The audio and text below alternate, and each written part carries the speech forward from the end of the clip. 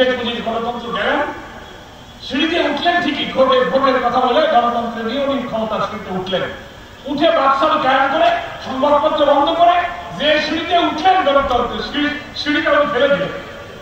বলে সিঁড়িটা ফেলে দিয়ে উনার নামার কোনো পথ থাকে না, নামবেন কি করে? বলে যেহেতু সিঁড়ি নাই, নামা গেল না, উনি ধপাস করে পড়ে গেলেন। ধপাস বলুন তো, ধপাস। তাহলে আপনাদের কিসের গণতন্ত্র?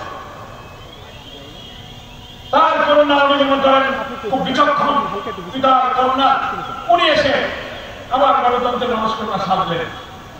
সকল বিরোধী রাজনৈতিক দলের সভা, মিটিং, মিছিল সবকিছু উনি বন্ধ করে দিলেন।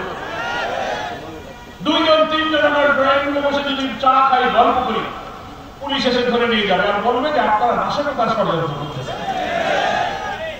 কি আজব দেশ! মিথ্যা মামলা সারা দুনিয়ায় কখনো শোনা যায়নি। গায়েবী মামলা নামে আর একটা মামলা আছে, গায়েবী মামলা। মিথ্যা মামলা আমরা অনেক শুনেছি, যে একটা ঘটনা ঘটেছে তার মধ্যে মিথ্যা কথা দিয়ে মামলা করেছে, এটাকে বলে মিথ্যা মামলা। গায়েবী মামলার ব্যাখ্যা কি? What is the definition of গায়েবী মামলা? গায়েবী মামলার ব্যাখ্যা হলো কোন ঘটনা ঘটে নাই, টেবিলে সাজায় মামলা দিয়ে। কথা বলেছেন? এই দেশ, এই জুডিশিয়াল, এই বিচার বিভাগের স্বাধীনতার নাম হচ্ছে গায়েবী মামলা। এটাই নাকি আওয়ামী লীগ। আমি কারাগারে খবর পেলাম আমার এলাকায় একদল লোক, আমার মামলা হয়েছে একটা। বলো কি মামলা? বলে ওই অমুক জায়গায় পুকুর পরে কিছু লোক আপনি একত্রিত করে বোমা বানাচ্ছিলেন, পুলিশ দাবল দিল, সবাই চলে গেছে, 2টা লোক ধরতে পারবে, আপনাকে ধরতে পারেনি। এটা একটা মামলা, আমি তখন জেলে। এটা একটা গায়েবী মামলা। আমি কাশিমপুরের জেলে, আমাকে বলা হলো আপনার মামলা হয়েছে। বলে আপনি ঢাকার শাহজাহানপুরে পুলিশের উপরে বোমা আছে। আমি তখন জেলে। আমি আদালতে দাঁড়িয়ে বললাম, মাননীয় আদালত, সব কি জামিন হয়?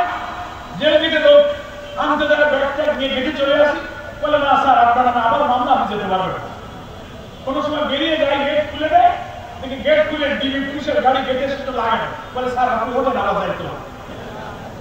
গণতন্ত্র, বিচার বিভাগের স্বাধীনতা 15 বছর এই কারাদূত চলেছে।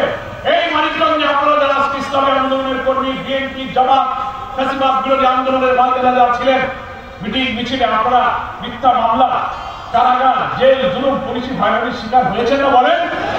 বাড়িঘরে থাকতে দেওয়া হয়, বাগানে, বাঁকে, ঘাটে বাড়িঘর ছেড়ে ছাত্র শিবিরের ছেলেরা, জামাতের কর্মীরা, বিএনপি ভাইরা আজ এ বাড়ি কাল বাড়ি পালিয়ে তারা দিন যাপন, রাত্রি যাপন করেছে মাসের পর মাস।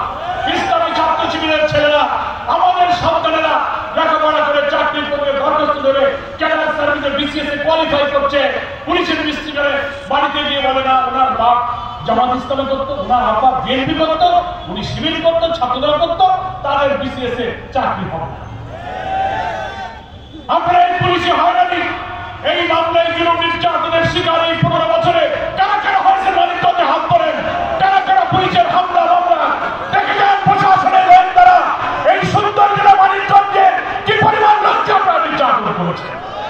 তাদের মুখে আবার গণতন্ত্রের কথা, ভোটাধিকারের কথা, ওনারা আবার নির্বাচনে আনবেন, ওনারা আবার দেশে আসবেন, দেশকে ওনারা একেবারে সোনা দিয়ে ভরে দিয়েছেন। বাংলাদেশের মানুষের কাছে আর চলবে না। এটা মার্কেটে চলে না, অচল মাল, ডাস্ট মাল, এটা আর বিক্রি হবে না।